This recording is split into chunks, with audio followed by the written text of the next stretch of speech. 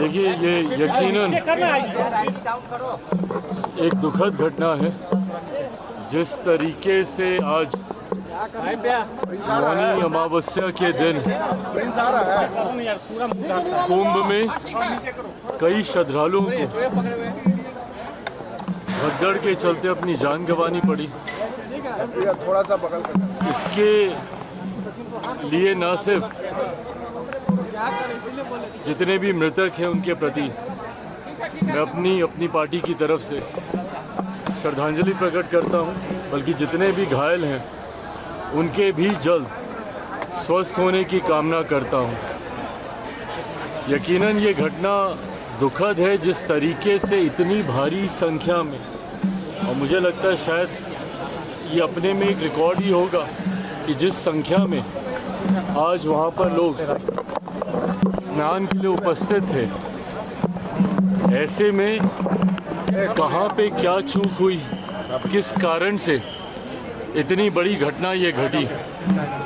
प्रधानमंत्री आदरणीय नरेंद्र मोदी जी स्वयं लगातार निरंतरता में उसकी मॉनिटरिंग कर रहे हैं। आज सुबह कैबिनेट की भी बैठक थी, उसमें भी उन्होंने इस चिंता को प्रकट किया। मुख्यमंत्री उत्तर प्रदेश के लगातार वो संपर्क में हैं। मुख्यमंत्री ने भी कई दौर बैठकों के किए। भविष्य में, क्योंकि अभी भी एक लंबा समय है कुंभ का, ये घटना ना घटे इस बात को तो सरकार हमारी सुनिश्चित कर ही रही है, बल्कि इससे कहाँ पे इसमें चूक हुई है या कैसे ये घटना घटी है, इसकी भी उचित जानकारी लेकर उचित कार्रवाई की जाएगी। राहुल गांधी समेत तमाम विपक्ष जो है कुव्यवस्था का आरोप सवाल खड़े कर रहे हैं, महाकुंभ पर कुव्यवस्था थी। देखिए, मुझे लगता है जिस तरीके से इस बार इंतजाम किए गए, व्यवस्था की गई, लगातार राज्य सरकार ने इस बात को सुनिश्चित करने का कार्य किया। मुख्यमंत्री योगी आदित्यनाथ जी ने भी लगातार ना सिर्फ कई बैठकें की, बल्कि कई दौरे भी प्रयागराज में किए।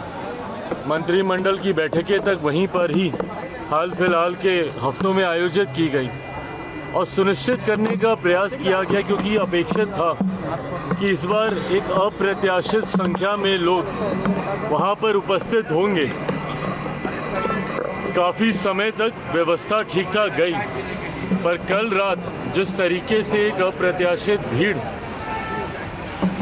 प्रयागराज कुंभ में पहुंची वहां पर, अब ये ज़रूर, जैसा मैंने कहा कि ये जांच का विषय है कि कहाँ पे क्या व्यवस्था में कमी रही, उसको तो ज़रूर ठीक किया ही जाएगा, बल्कि दोषियों पर भी कार्रवाई की जाएगी। जो लोग इसमें राजनीति कर रहे हैं उनसे मैं ये आग्रह ज़रूर करूँगा कि ये राजनीति करने का कतई समय नहीं है। ये लोगों की आस्था से जुड़ा हुआ विषय है। श्रद्धालुओं ने जो वहाँ पर आए, जिन्होंने अपनी जान इसमें गंवाई, उनके प्रति संवेदना रखने का ये समय है। जो लोग व्यवस्था पर सवाल उठा रहे हैं, अगर उनके पास इसकी कोई सटीक जानकारी है तो ज़रूर सरकार के समक्ष रखें। पर मुझे लगता है कि इस बार जितनी संभव व्यवस्था का प्रयास सरकार के द्वारा किया गया, उसमें सरकार ने इस बात को सुनिश्चित करने का कार्य किया कि कहीं कोई लापरवाही, कोई चूक नहीं हो। उसके बाद भी अगर ऐसी घटना घटी है तो सरकार पूरी जिम्मेदारी से इसकी जांच करवाकर दोषियों पर कार्रवाई जरूर करेगी। तेजस्वी यादव लगातार मुख्यमंत्री नीतीश कुमार के ऊपर हमलावर है, कह रहे थक गए हैं, जो अधिकारी है वो सुन नहीं रहे हैं, अपराधी लगातार बढ़ रहे हैं। देखिए, दिक्कत ये है कि नेता प्रतिपक्ष मुख्यमंत्री जी पर लगातार निजी और व्यक्तिगत टिप्पणियां कर रहे हैं। उनको लेकर, उनके स्वास्थ्य को लेकर थक गए हैं, उम्र हो गई है, इस तरीके की बातें, जिसका मैं कतई कभी भी पक्षधर मैं नहीं रहा हूँ। आप नीति पर आप आरोप कीजिए, सरकार की कार्यशैली पर आपको आरोप लगाने हैं, ये वो राजनीतिक विषय हैं जिसके ऊपर हम लोग भी अपनी बातों को खुलकर रखने का काम करेंगे। नेता प्रतिपक्ष का पद एक जिम्मेदारी भरा पद होता है। ऐसे में उनसे अपेक्षा ये नहीं की जाती कि वो इस तरीके के व्यक्तिगत आरोप प्रत्यारोप मुख्यमंत्री जी और उनके पद पर या उनके व्यक्तित्व पर वो करें। अगर वो किसी नीतिगत विषय को लेकर अगर वो टिप्पणी करते हैं तो ज़रूर हम लोग भी उसका जवाब देंगे, पर इस तरीके के आरोप, चुनावी वर्ष है, जनता भी देख रही है। ये वही मुख्यमंत्री हैं जिनका समय समय पर आपने साथ लेना अपने राजनीतिक लाभ के लिए आपने ज़रूरी समझा, और आज उन्हीं पर क्योंकि वो आपके दूसरे गठबंधन के, आपके सामने वाले गठबंधन को अपनी उपस्थिति से मजबूती देने का कार्य कर। और ये बात नेता प्रतिपक्ष भी अच्छी तरीके से जानते हैं कि आज एनडीए गठबंधन एक विनिंग कॉम्बिनेशन के साथ आगे बढ़ने का काम कर रहा है। उपचुनाव में हम लोगों ने इस बात को प्रमाणित भी करके दिखाया। उपचुनाव में जहां एनडीए के तमाम प्रत्याशियों का 100% स्ट्राइक रेट रहा, इस बात की घबराहट यकीनन विपक्ष में है। अब कितने महीने रह गए हैं, दिल्ली में अभी चुनाव समाप्त हो जाएगा 10 दिन के भीतर। उसके बाद पूरा ध्यान सबका केंद्रित रहेगा बिहार के चुनाव को लेकर। और बिहार के चुनाव में जिस गठबंधन के साथ एनडीए आगे बढ़ रहा है, पांचों दल का गठबंधन, ये एक तरफा हमारे गठबंधन को जीत दिलाने के लिए एक मजबूत कॉम्बिनेशन है। मैं मानता हूं इस कॉम्बिनेशन के साथ हम लोग 2025 विधानसभा चुनाव में 225 से ज़्यादा सीटें जीतकर एक ऐतिहासिक जीत एनडीए दर्ज कराएगा। और जिस कोऑर्डिनेशन के साथ हम लोग आगे बढ़ रहे हैं, ये आप सबके संज्ञान में है कि तमाम दलों के प्रदेश अध्यक्ष एक एक कर अलग अलग जिलों में कार्यकर्ता सम्मेलन ऑर्गेनाइज करने का काम कर रहे हैं। हमारे प्रदेश अध्यक्ष राजू तिवारी जी यहाँ पर मौजूद हैं, भाजपा के हों, जदयू के हों, कुशवाहा जी की पार्टी के हों, मांझी जी की पार्टी के हों, तमाम प्रदेश अध्यक्ष एक साथ अपने कार्यक्रम अलग अलग जिले में करने का कार्य कर रहे हैं। इसका लक्ष्य यही है कि ये गठबंधन को हम लोग बूथ स्तर तक लेकर जाएं, और इसका हम लोगों को रिजल्ट भी देखने को मिल रहा है।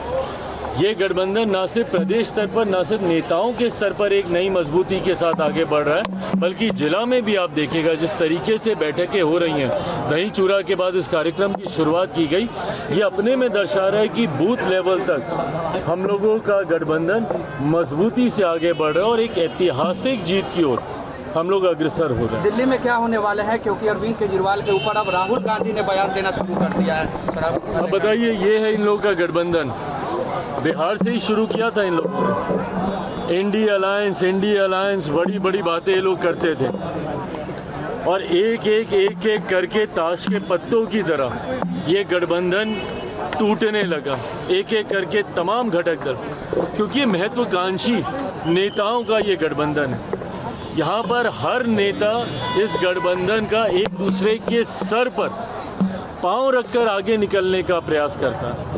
इस गठबंधन में मुख्यमंत्री जी भी थे हमारे, पर किस तरीके से गठबंधन में नेता एक दूसरे को साइडलाइन करते हैं, इस बात का अनुभव उन्होंने भी किया। इस बात का अनुभव तमाम घटक दलों को होने लगा।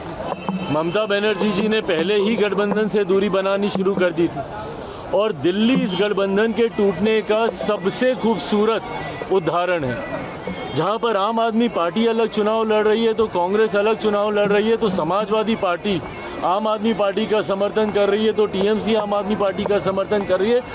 दो गुटों में बटा हुआ ये गठबंधन दिल्ली में दिखाई दे रहा है, जहाँ पे कांग्रेस का कौन समर्थन कर रहा है भगवान जाने, पर कुछ दल ज़रूर आम आदमी पार्टी का समर्थन कर रहे हैं।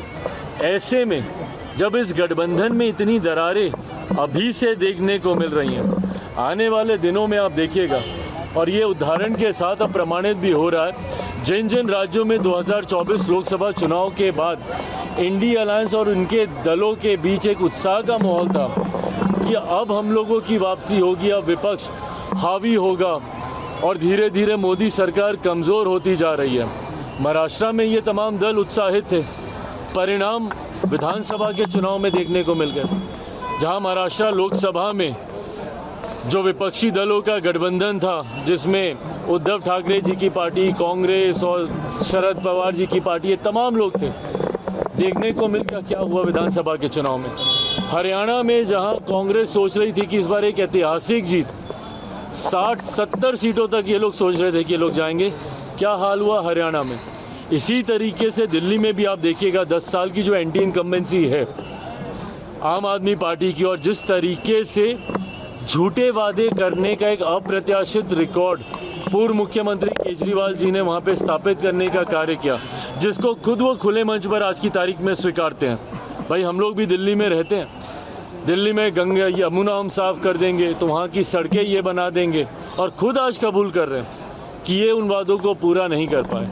आज की तारीख में दिल्ली के लोग पूरी तरीके से, हम लोग भी धीरे धीरे कैंपेनिंग हम लोगों ने शुरू की है, और जो जनता का जो फीडबैक मिल रहा है ये बात तय है कि आम आदमी पार्टी की सरकार दिल्ली से जा रही है। भाजपा के नेतृत्व वाली एनडीए की सरकार 8 तारीख को वहाँ पे शपथ लेगी। ये बात दिल्ली की जनता ने कम से कम तय कर ली।